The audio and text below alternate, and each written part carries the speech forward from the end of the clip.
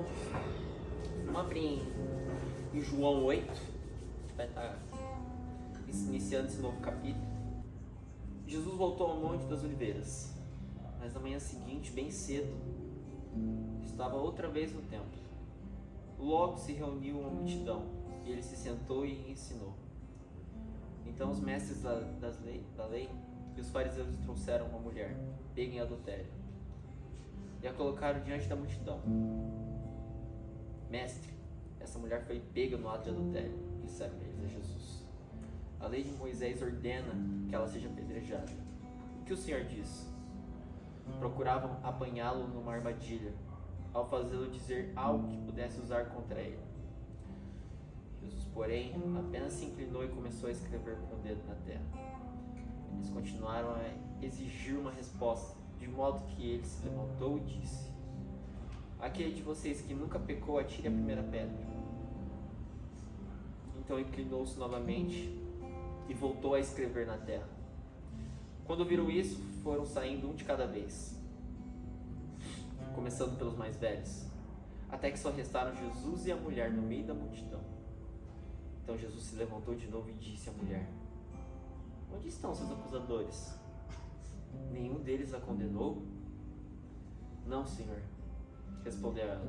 Jesus disse: eu também não a condeno. Vai, não peques mais. Mas, contextualizando, vamos desmembrar essa história. Jesus estava voltando dos Montes das Oliveiras e ensinando no meio da multidão. Uma mulher foi pega em ato de adultério e os mestres levaram até Jesus. Jesus, manso como uma pomba e astuto como uma serpente. Tá na Bíblia isso? Tá só na cabeça. Mas Jesus já conhecia o coração deles, porque isso já é um ponto para sempre reconhecermos uma acusação. O inimigo nunca vem nos acusar de forma verdadeira, com todos os pontos verdadeiros, porque ele já sabe qual que é a verdade. Os fariseus tinham razão. Está na lei de Moisés que quando é pego em adultério,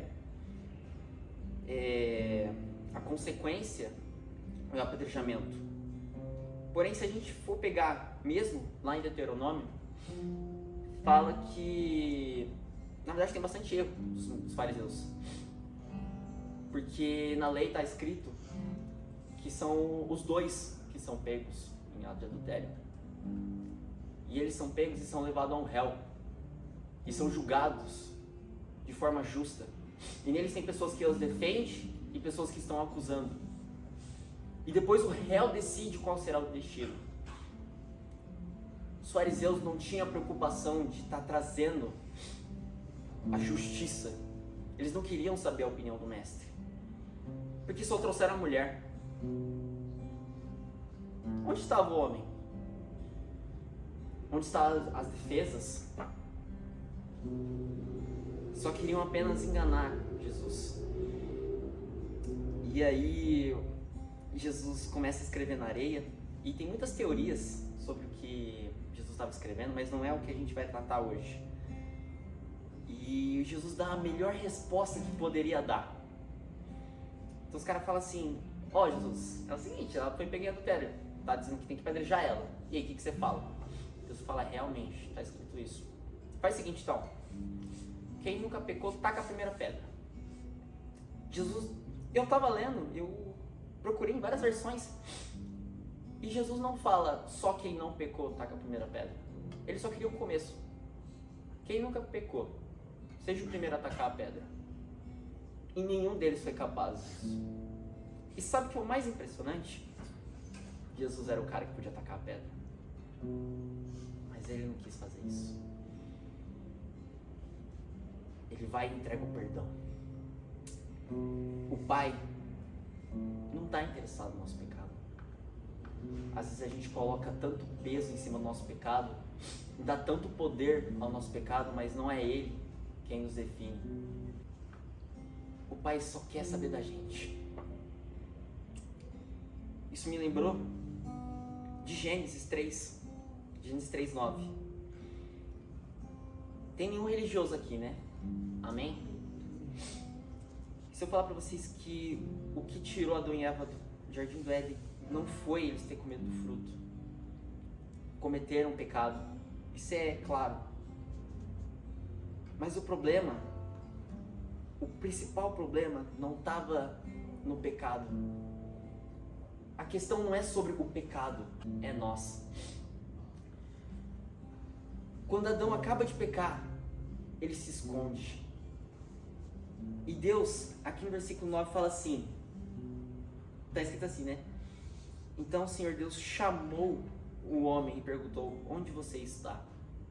O pai tinha um encontro devocional com Adão. Todo dia ele derramava a sua santa sabedoria sobre Adão. E eu fico imaginando quais eram as conversas deles, que deviam ser muito loucas.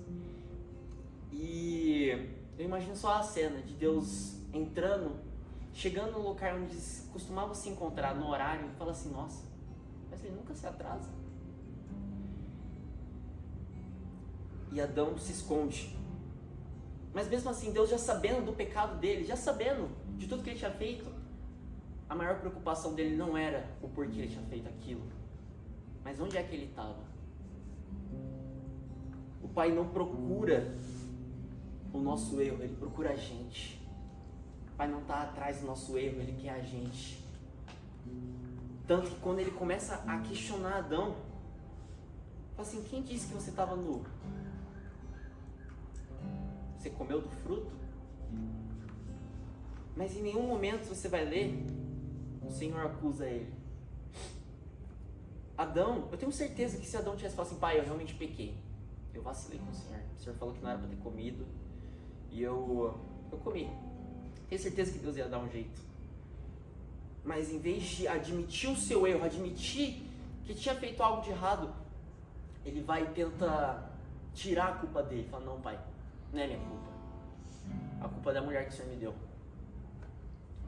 Em vez da mulher também carregar a culpa, não, Deus, eu realmente pequei, não. A culpa estava na serpente. E a serpente não, a culpa estava em Satanás.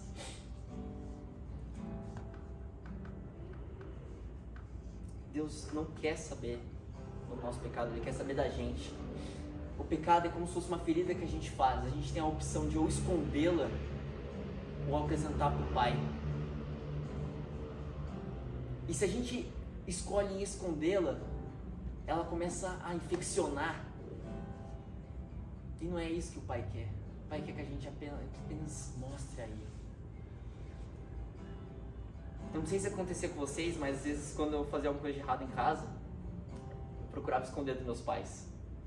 Eu lembro até de uma cena muito engraçada até, que eu gostava muito de comer miojo. E aí minha mãe falou assim, ó, não come miojo no sofá, que um dia você vai derramar. Eu falei assim, e aí um dia ela não estava em casa, eu fiz aquele miojo, falei assim, ela não está em casa, vou comer no sofá. Sofá limpo, maneiro. Eu derrubei no sofá. E ao invés de ligar pra ela, falar, mãe, eu derrubei o miojo no sofá, eu preferi esconder. Eu lembro que eu peguei todos os produtos de limpeza de casa, eu passei tudo naquela mancha e não saiu. Na verdade piorou, ficou com um cheiro forte. E quando eu cheguei em casa, eu não tomei uma bronca porque eu tinha derramado miojo no sofá, mas porque eu tentei esconder.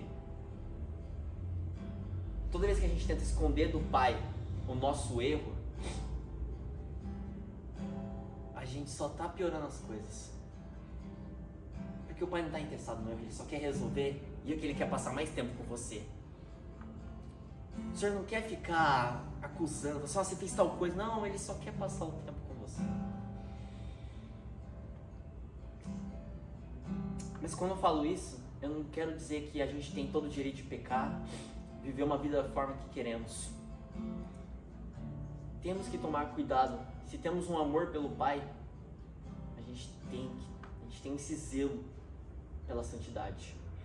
Eu lembro de uma história que eu vi há muito tempo atrás, que era de um fazendeiro.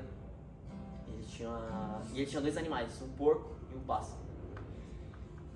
E toda vez que chovia, né, sua fazenda era cercada por terra, virava uma lama.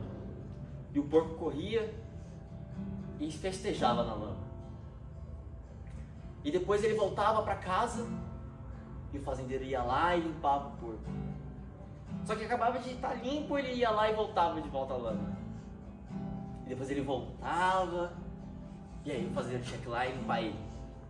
E também tinha o passarinho, que às vezes voando, distraído, encostava sua asa na lama, e ao invés do porco que se deliciava na lama, se divertia e curtia todo aquele momento, o passarinho se desesperava. Falava assim, ai meu Deus, preciso voltar, meu mestre precisa me limpar. A gente tem duas opções. A gente pode ou ser o porco que sempre volta para o pecado, ou a gente pode ser que nem o passarinho que se desespera ao pecar e deseja ardentemente que seja limpo. Aquele que peca no mesmo erro, que fica errando a mesma coisa como o cão que volta o vômito. É tão nojenta essa cena, mas é verdade.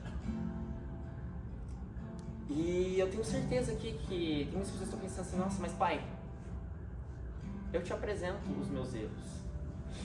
O que o Senhor tem a falar para mim neste momento? O que o Senhor tem a falar para você é que Ele só quer passar mais tempo com você. E que o pecado que você cometeu, pede perdão, se arrepende e volta correndo para o Pai. A gente não pode viver uma vida de pecados repetidos. A gente tem que viver uma vida de comunidade com o Pai.